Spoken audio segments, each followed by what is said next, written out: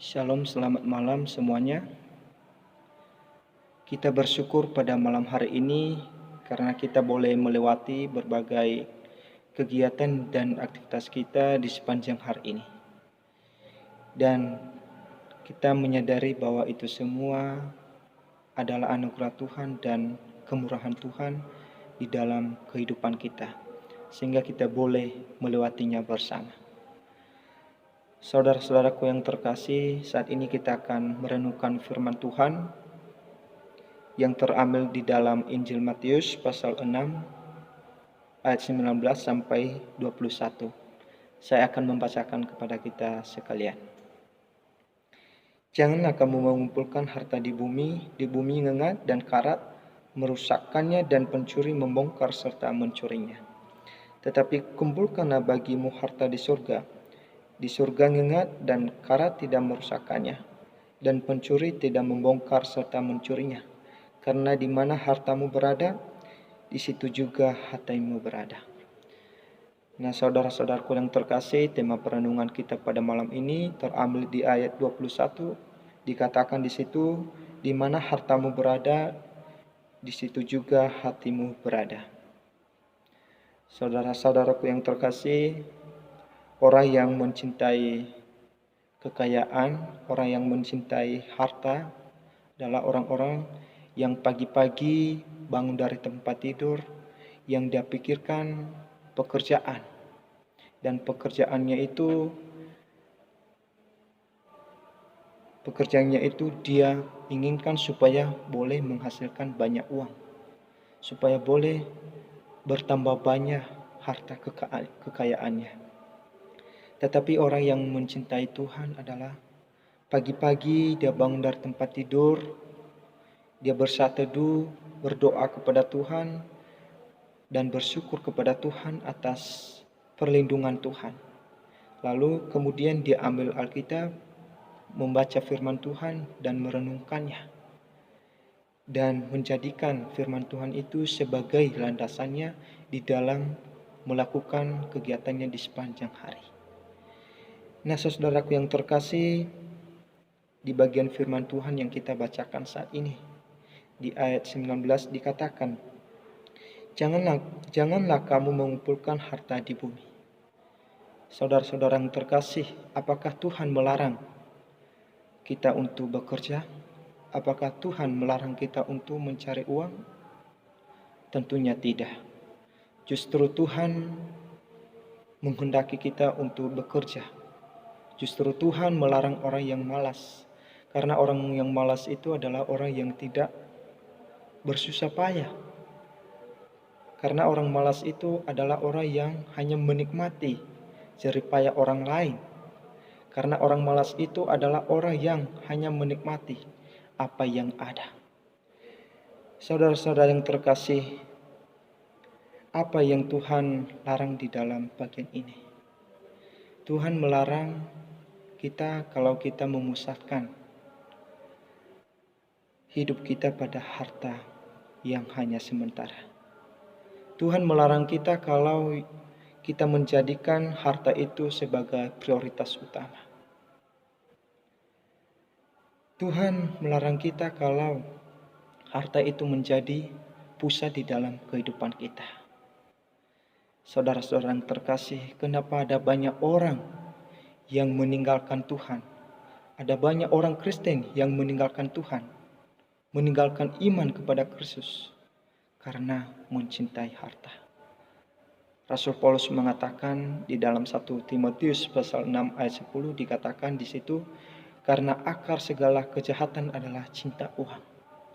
Ketika seseorang mencintai uang dan menaruh harapan pada uang, maka jelas-jelas orang itu akan mengesampingkan Tuhan dan tidak memuliakan Tuhan. Saudara-saudara yang terkasih, kenapa banyak orang yang stres, yang frustasi, yang gila karena harta? Ketika harta itu bangkrut, ketika seorang itu jatuh miskin, apakah itu tidak membuatnya jadi gila? Apakah itu tidak membuatnya stres? Tentunya iya, saudaraku yang terkasih. Karena orang yang betul-betul menaruh harapannya pada kekayaan ataupun harta, orang itu tidak mau kalau harta itu bangkrut. Dia tidak mau kalau dia sampai jatuh miskin. Dan tentunya orang itu menaruh hidupnya sepenuhnya pada harta tersebut. Dan jelas orang itu tidak akan memprioritaskan Tuhan di dalam kehidupannya, melainkan hartanya. Saudara-saudaraku yang terkasih di dalam nama Tuhan kita Yesus Kristus, sekali lagi saya katakan bahwa kenapa banyak orang Kristen yang meninggalkan Tuhan? Kenapa banyak orang Kristen yang meninggalkan imannya kepada Kristus? Itu karena cinta uang. Banyak orang Kristen yang melakukan berbagai hal-hal yang tidak baik demi mendapatkan uang. Ada banyak orang Kristen yang melakukan hal-hal yang tidak berkenan kepada Tuhan demi mendapatkan uang. Bahkan ada banyak orang Kristen yang korupsi demi mendapatkan uang. Dan itu jelas-jelas merupakan hal yang jahat di hadapan Tuhan. Saudara-saudaraku yang terkasih, tujuan Tuhan menciptakan manusia di dunia ini dengan tujuan utama, yaitu untuk memuliakan Tuhan dan untuk menikmatinya. Tuhan tidak pernah bertujuan menciptakan manusia ini untuk memuliakan diri sendiri. Tuhan tidak pernah bertujuan menciptakan manusia ini untuk memusatkan hidup pada harta, melainkan Tuhan menginginkan supaya ciptaannya di dunia ini, termasuk orang-orang Kristen, memuliakan Tuhan. Dan bagaimana manusia bisa memuliakan Tuhan kalau seandainya manusia lebih mencintai uang daripada Tuhan? Mustahil, saudaraku yang terkasih. Kalau seseorang ada yang mengatakan, saya mencintai Tuhan, padahal hatinya sudah melekat pada harta kekayaan. Ini pergumulan kita sebagai orang percaya. Kita jangan sampai terperangkap di dalam harta kekayaan kita. Karena harta kekayaan itu bisa sewaktu-waktu bangkrut.